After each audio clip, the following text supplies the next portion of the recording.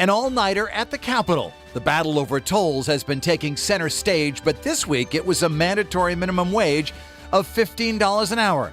Is it a good idea? And what about those tolls in the wake of a stack of signatures opposed to them? We'll ask State Representatives Jillian Gilchrest, a Democrat, and Holly Cheeseman, a Republican. Also, they lost their son in an accidental shooting. Today, the parents of Ethan's Song are with us to talk about Ethan's Law. They're also joined by State Representative Sean Scanlon, who wrote the bill. And he was a rising political star, a hotshot attorney who went to prison for fraud. Corey Brinson is here to talk about a political comeback. Plus, our flashback. A beloved governor, Ella Grasso, would have turned 100 years old this week. We'll look back at her love affair with the Hartford Whalers. Some people even called them Ella's team. It's all straight ahead this Sunday, May 12th, Mother's Day, 2019. From Eyewitness News, Connecticut's most watched local political program, this is Face the State.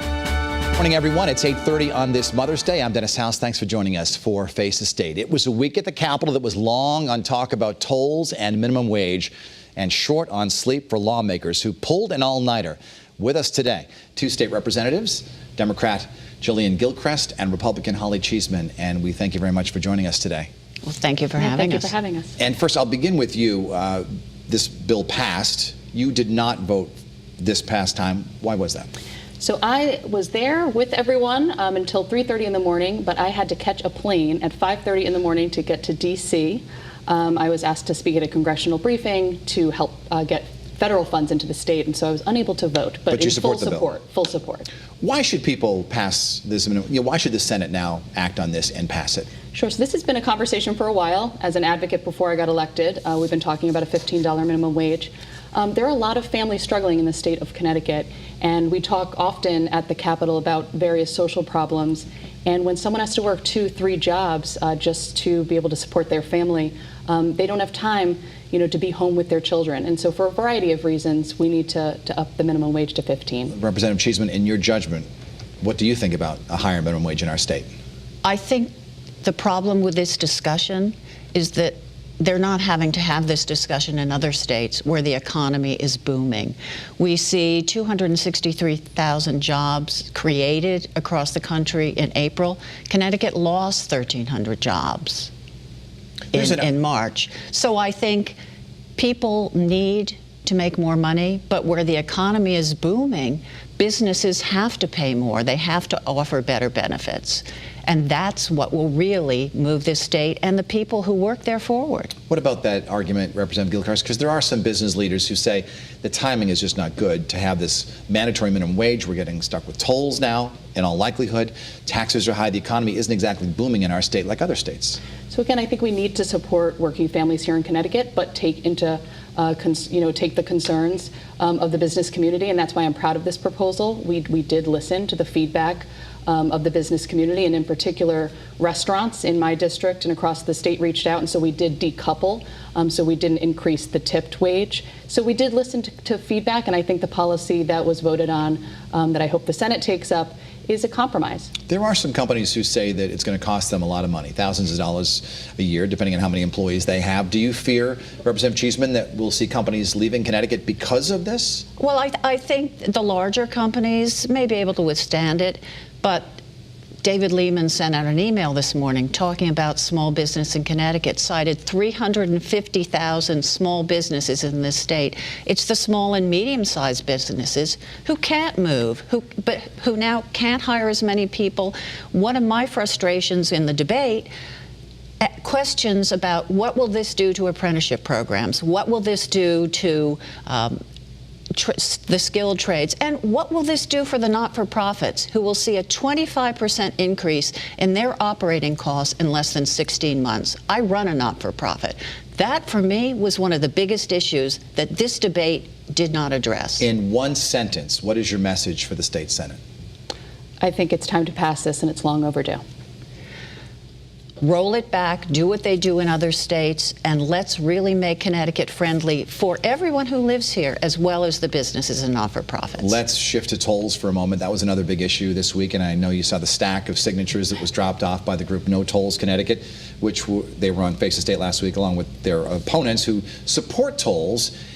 You're against tolls. You Yes. live in a shoreline city. Why should we not have tolls? Because so many other states around us do.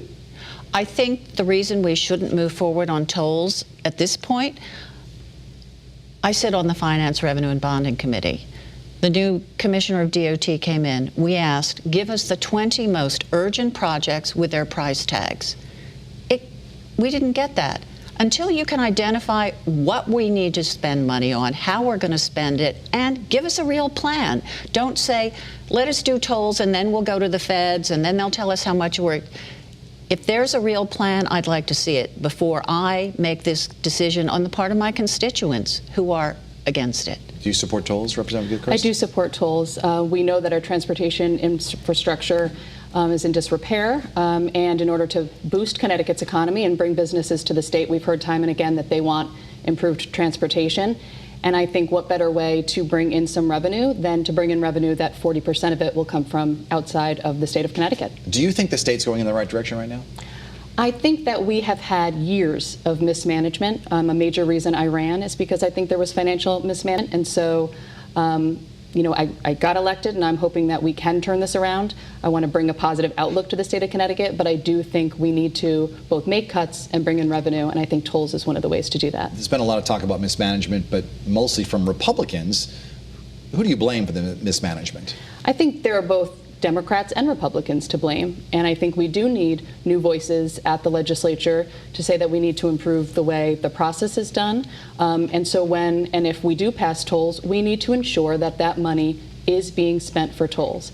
And we just saw with the pathway to parks that money was diverted. We can't do things like that. We need to spend the money the way that we legislate it. Is there room for compromise on tolls with Republicans, perhaps cutting the number back? Right now there is a talk about 50 gantries across the state on 5 major highways. From my point of view, I can't claim to speak for my whole party. I would not move forward on tolls without knowing exactly what we're doing in the short term to fix our roads, and without the assurance that we actually have a plan going forward, not pass it and then we'll see what's in it. We are talking about putting a huge financial burden, particularly on lower income people in the state whom we claim to want to help with a higher minimum wage. 70% of low income workers commute to work. And we're talking about putting more costs on them? I don't think so. We've all heard the frightening statistics about the number of deficient bridges in our state. Gold Star Bridge, which is in your neck of the woods, needs some major repairs. Where should the money come from to fix it? Well, in the bipartisan budget that was passed, we were going to spend all the new car tax on transportation infrastructure. The governor's budget caps that at 8%. The finance revenue and bonding package caps it at 18%. That's $1.2 billion that would have been spent on our roads, our bridges, that's not going to get there. Let's talk a little bit about some of the new taxes that have been proposed in this budget, and one of them would be on Uber. I know you live in West Hartford. A lot of people use Uber to get around town. Do you think it's a fair tax? I'm hesitant to start taxing a variety of services because people, low-income people, but middle-income people are struggling. And so that's why I do think things like tolls or looking at capital gains tax, and then also seeing where can we make some strategic cuts to save some money for the state. How about you with the Uber and the Lyft tax that they're talking about, Representative Cheeseman? I think, we're talking about the gig economy. I know certainly young people, and I was so proud of myself last summer using Uber for the first time in Minneapolis. I think until, as the Representative Gilchrist said, let's look at the state budget carefully. The Commission on Fiscal Stability recommended a 5% decrease in the budget.